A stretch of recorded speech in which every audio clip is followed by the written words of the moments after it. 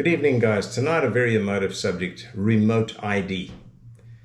In America, from September, it is necessary for anybody flying a drone, whether you be a commercial pilot, whether you be a private person, whether you be a hobbyist, whatever, you will have to have a remote ID fitted to your machine, or your machine needs to be competent to send a remote ID out from it, i.e. DJI drones have already got the competency built into them, and your free flight, freestyle, whatever drones, if you choose to fit it, you can either fit it as an add-on and stick it on top with some zip ties or double-sided tape or whatever, or you can actually buy the 30 by 30 units that will fit quite well onto the flight frame and put it that way, and once you start flying the machine, it indicates where you are and where the transmitter is. What is the real issue with this whole thing? And I think the issue is that there's two schools of thought. Now, I'm coming from a person who has DJI drones. I have a lot of freestyle drones. I have long-range drones. And in addition to which, I am a licensed drone flyer in Australia. And in addition to that license, I actually have a private pilot's license. So I fly aircraft. So I'm speaking from many ways. So if you want to take issue with what I'm going to say, this is a personal opinion. Please feel free to do so. I may not respond to your comments on my channel, but this is my opinion of remote ID. First of all, why would it be something that the FAA have wanted to put into operation? And this basic answer to that is quite simple. Every single aircraft has a transponder.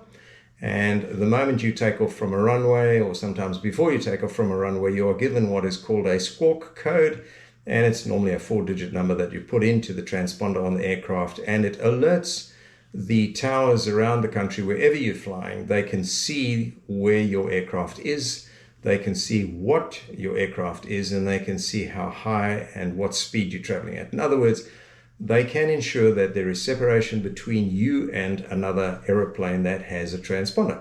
Does everybody have transponders? And the answer to that is clearly not. People who fly home builts and stuff like that in the USA are not required to have transponders in their aircraft. So chance of flying into one of those guys? Yep, there is a real chance of that happening. However, the fact that most aircraft carry transponders means the air is somewhat safer than it would be otherwise.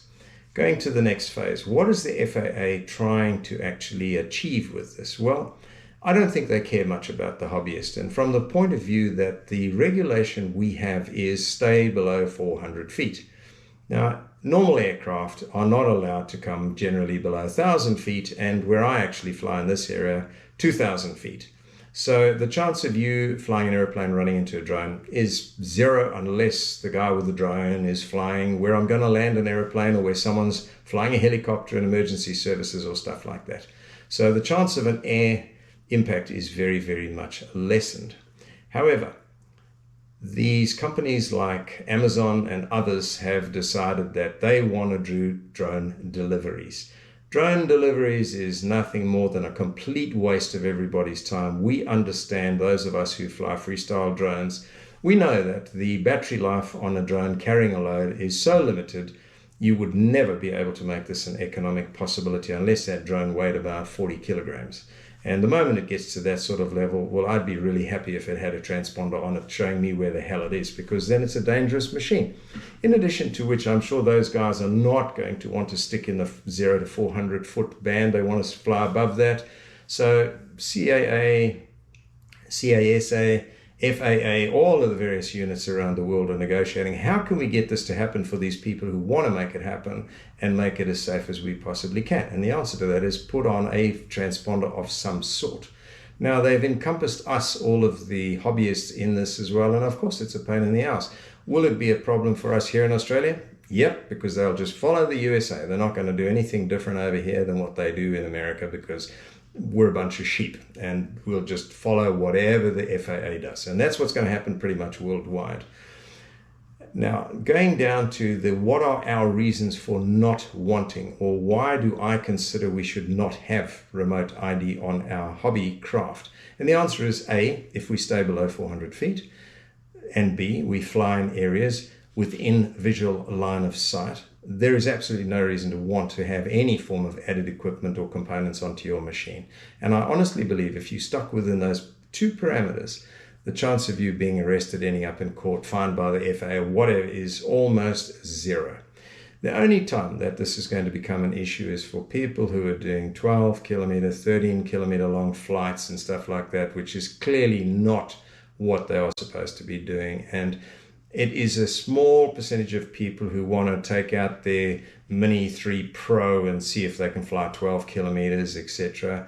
And we all see these guys on YouTube. And frankly, I think they're a pain in the butt because they are the ones that are creating these issues for us. And if they stop doing that, maybe we wouldn't have this problem. And anyone who's actually publishing that sort of stuff, I think, is a complete dimwit, because all you're doing is you're handing evidence that can be used in court against you. So if you're going to do long range stuff, go ahead. Don't publish it. Nobody needs to know about it. Not us, not the FAA, not the CASA, not CAA, nobody. Anyway, the biggest complaint I've heard from pilots around the world is the Karens and the Kevins. Have I been hassled by Karens and Kevin? I haven't been hassled by a Karen yet, but I've certainly been hassled by Kevins. And in each instant, I have landed the drone and the guy's come over to me and told me that I'm not allowed to be doing this, that, and the next thing. And when I show him that I'm a licensed pilot and I ask him what his credentials are, clearly they never have any. They're just neighborhood assholes who want to create an issue. So my advice to you is you don't have to put up with people like this. As you can see, I'm not a young guy, but man, I'd box up anybody that came to try and take my gear or create an issue for me. I'm not going to be bothered by that. The only time I'm going to hand over my drone is if someone sticks a gun or a knife in my face and I just don't happen to have a weapon myself. Then, of course, I'll hand it over. But I think that what should happen, and probably will happen, is that the FAA should have enforced that in order to read the transponder output that is going from your remote ID machine, only they and law enforcement, etc., can understand it or interpret it.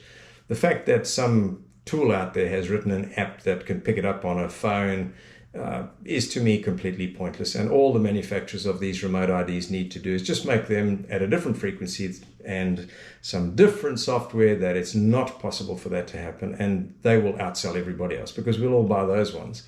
And I think that the Karens and the Kevins who want to spend the $2,000-3,000 to have machines that can interpret this data will be so few and far between, we will not have a problem. Is it a problem? I honestly don't think so. Will I fit it to all of my drones? The answer, being quite honest, is probably not. And the reason being is some of the areas that I fly are private property and I'm the only person there, and there's no way that I'm going to start screwing around with my machines to fly on my own property when I don't need to. And if I'm flying below treetop level or I'm doing a race course inside a building, you don't need a remote ID should they enforce it. My DJI drones all have it.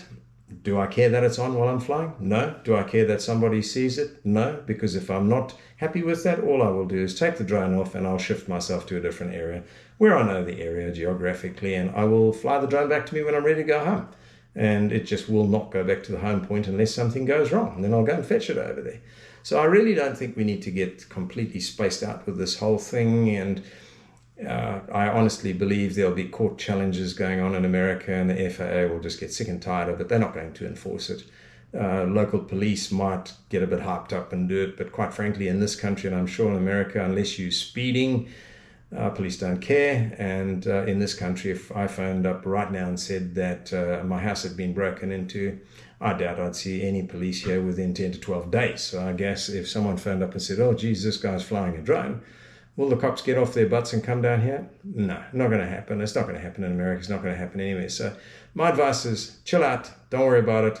Fit it if you feel you need to. Don't fit it if you don't want to. It's your choice. It's no different to speeding. You can either stay within the speed limit or you can exceed the speed limit. That is your choice, and you have the right to do as you please. Just bear in mind, you also have the right to defend yourself in a court of law should you be found wanting. From Australia, thank you for watching. If you like this, please subscribe, hit the like button. If you hated what I've said, hit the dislike button just twice. From Australia, good night.